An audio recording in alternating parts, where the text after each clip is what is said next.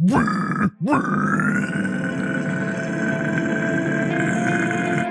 Yeah.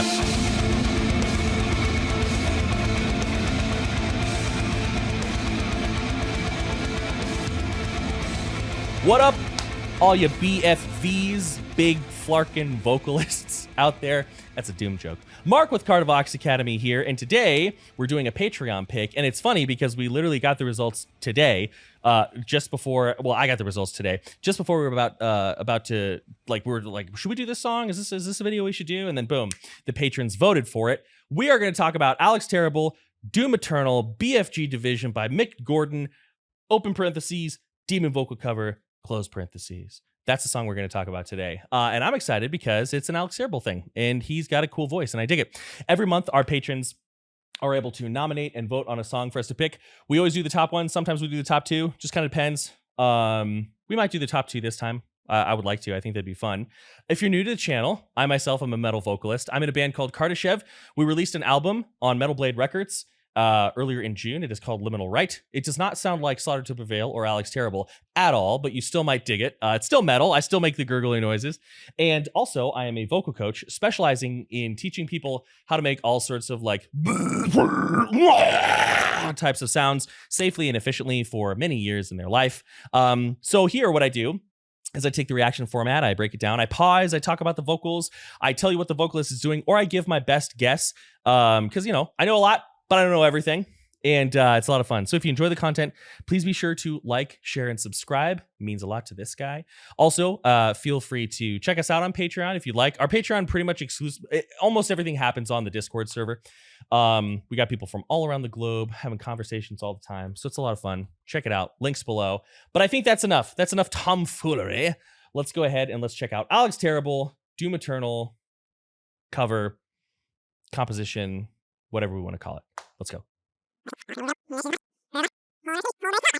Also, one thing I totally forgot to mention is that every month we have a raffle, and just by participating in events on our Discord server, you are entered into the raffle to win a vocal evaluation with me, 20 to 30 minutes long. We listen to your voice, we talk about some goals, I help point out different ways it could be a little bit stronger. So the winner of that this month is Blast GTR.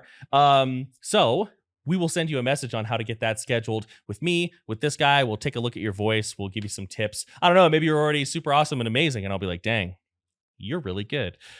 Otherwise, we will find a way to help you meet your vocal goals. So keep an eye out for that. Blastgator, good job. Thank you for being an active member in our community. We appreciate you.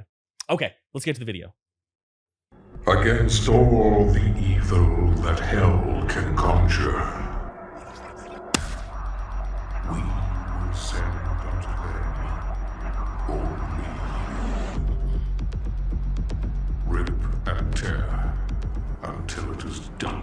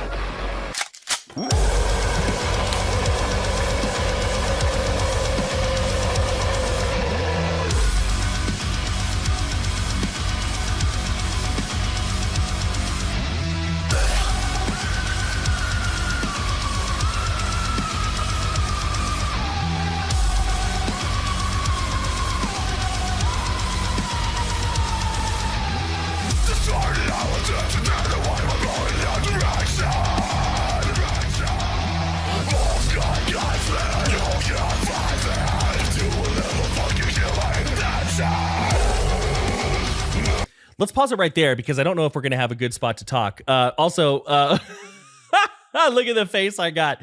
Oh, that's amazing. I love it. Okay, cool. So, dang, Doom and Doom Eternal have such good soundtracks. What a cool idea for him to throw some vocals on this. Okay, so let's talk about some of the screams. Now, I just want to preface this with my screams are not an exact replica of Alex Terrible's screams.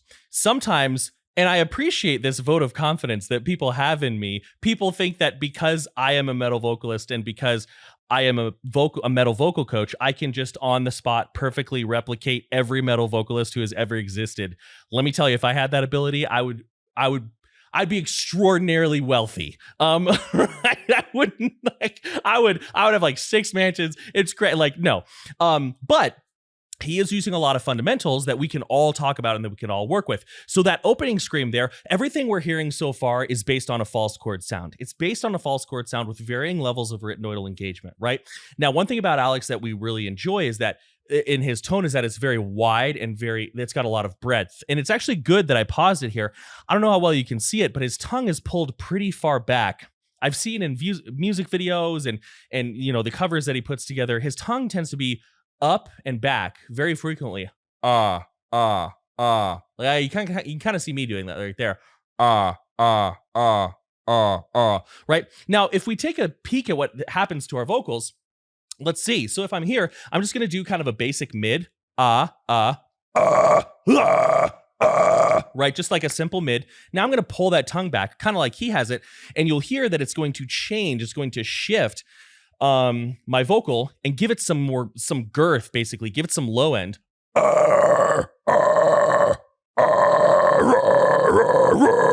You can hear that happening, right?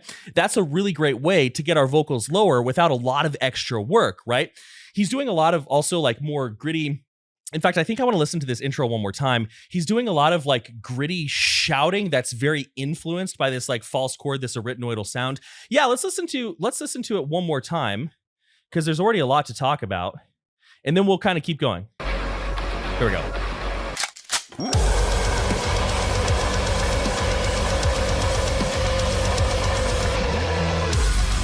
Yeah, you can even hear his voice crack a little bit in there, which is cool because that's a very common thing. And it tells me that these are, you know, at least so far, not very heavily edited or perfected takes.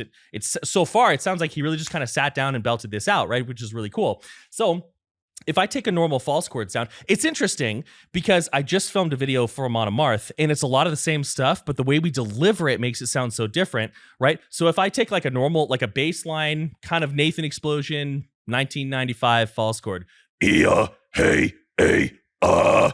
I add some of that arytenoidal engagement,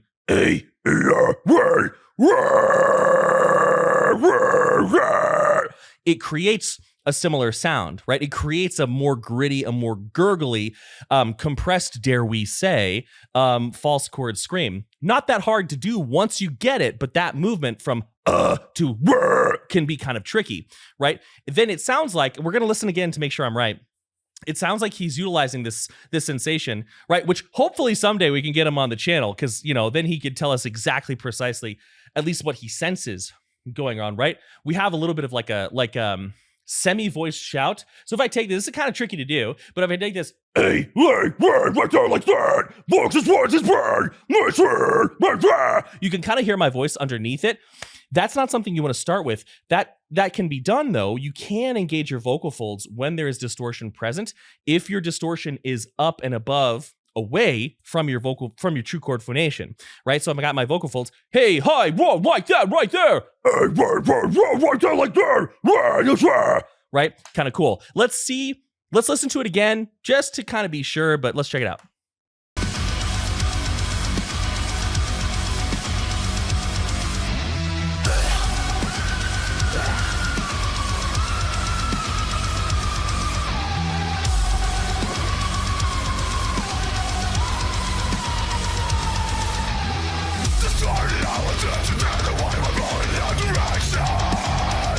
Yep.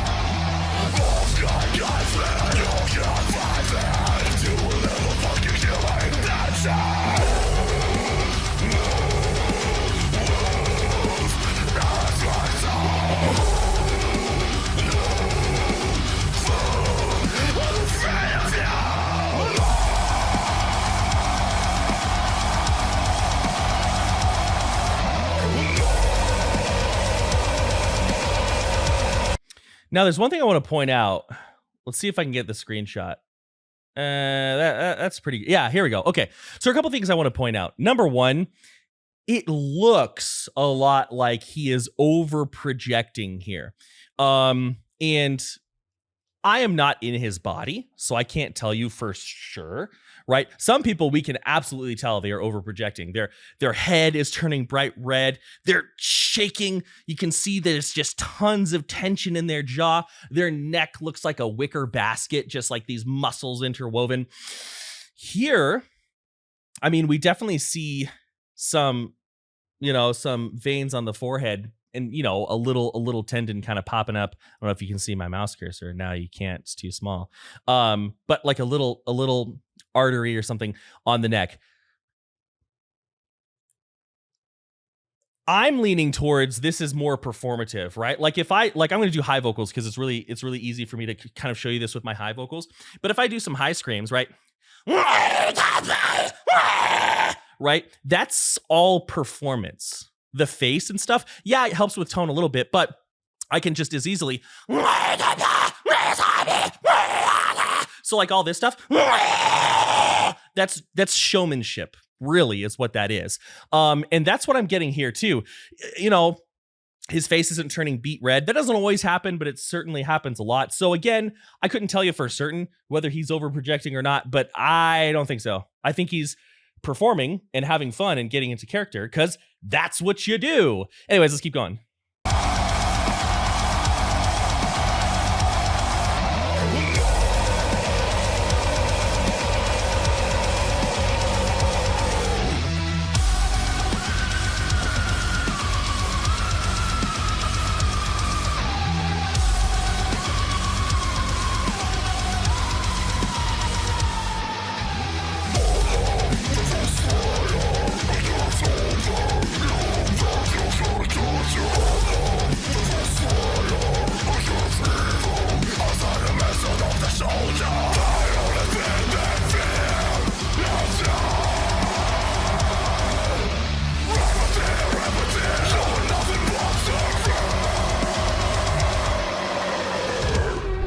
Now, one thing that Alex is really well known for is his low tone. And it makes sense because it's freaking sick, right? Now, my low tone does not sound like that. It does not sound like that.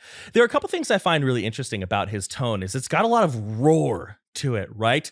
Austin Dickey does a similar scream that's really good. It has like this sort of like grizzly bear, sort of like moose sound.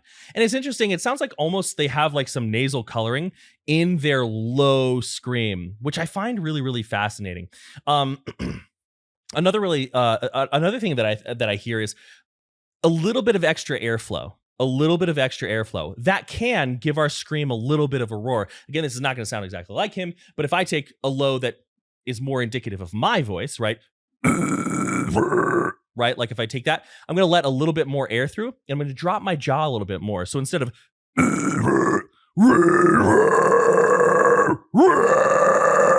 right, that has a little bit more roar to it. He's able to just hit these levels of roaring that are literally like animalistic. And I love it. But those are two of the main things that I hear him doing. Again, we may be tempted to put a lot of pressure underneath our vocal folds. We may be tempted to put a lot of pressure in our neck. It's not necessary. Again, I can make these same sounds. And I'm not pushing hard. So I want you to realize that this comes from balance, abdominal activity, relaxed neck, well-shaped mouth, rather than pressure. All right, here we go.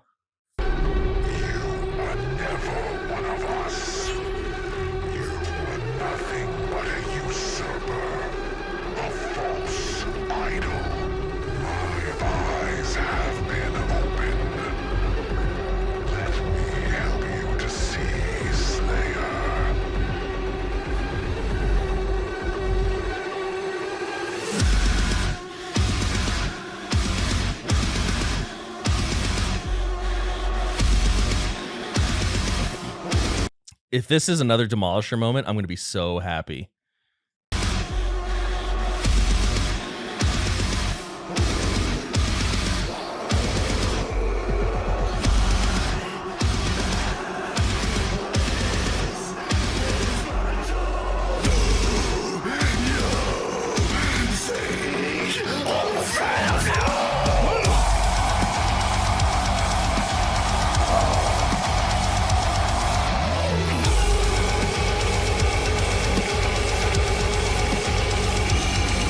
Oh. Yeah. Okay, cool. Do you hear how he closed down on that low?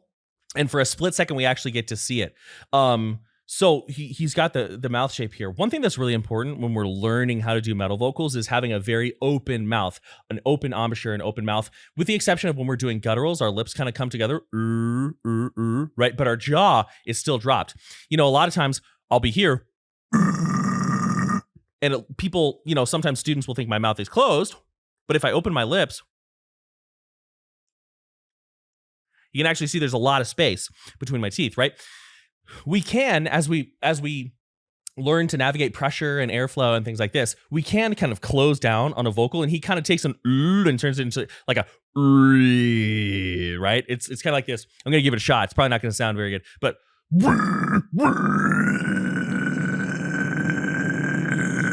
right? Yeah, pretty much. And it sounds so cool, and we can kind of see a little bit of that. And when I did that, I was really closed. Like I was gritting my teeth, my jaw was together, my tongue was up, my soft palate was not raised. Not easy to do if you're brand new, but you can create some cool tones through there. Let's check it out.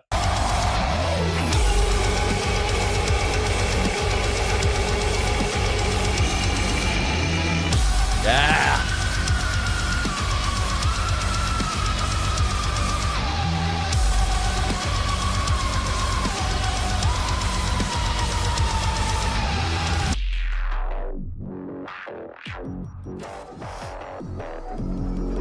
Amen.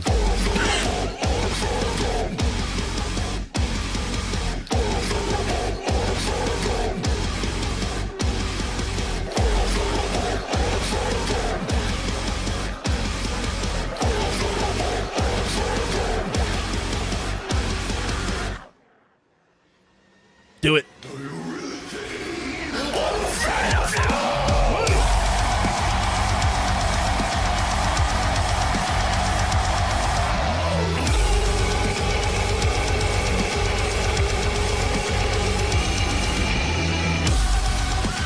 You know, that was really sick. I also didn't know that. I've heard the Doom soundtrack plenty of times, but I didn't know there was going to that break. So when I was like, amen, and it was perfectly on time. Hilarious.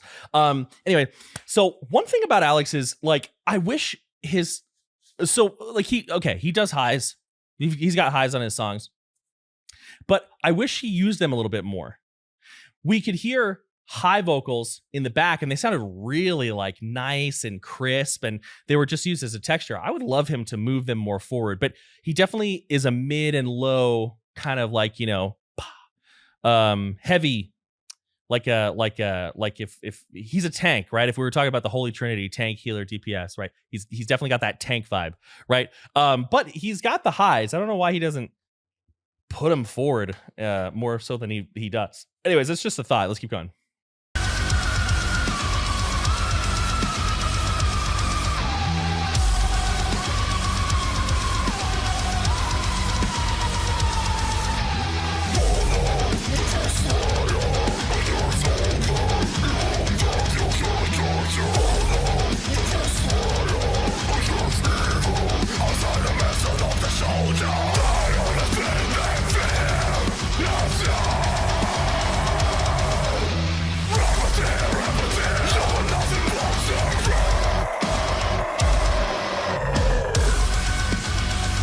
That's a really cool thing. You can slowly pull your tongue back. I can't tell if he's doing it here, but it's worth talking about. You can slowly pull your tongue back to drop your pitch versus like pushing your actual pitch down or your actual scream down. So if I'm here, I'll see if I can position it so you can see. But all I'm going to do is pull my tongue back. It's going to be kind of tricky. Well, I guess I'm closing my jaw a little bit too.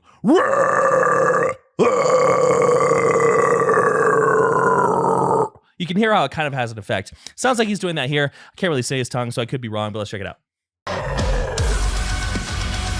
Sounds like it.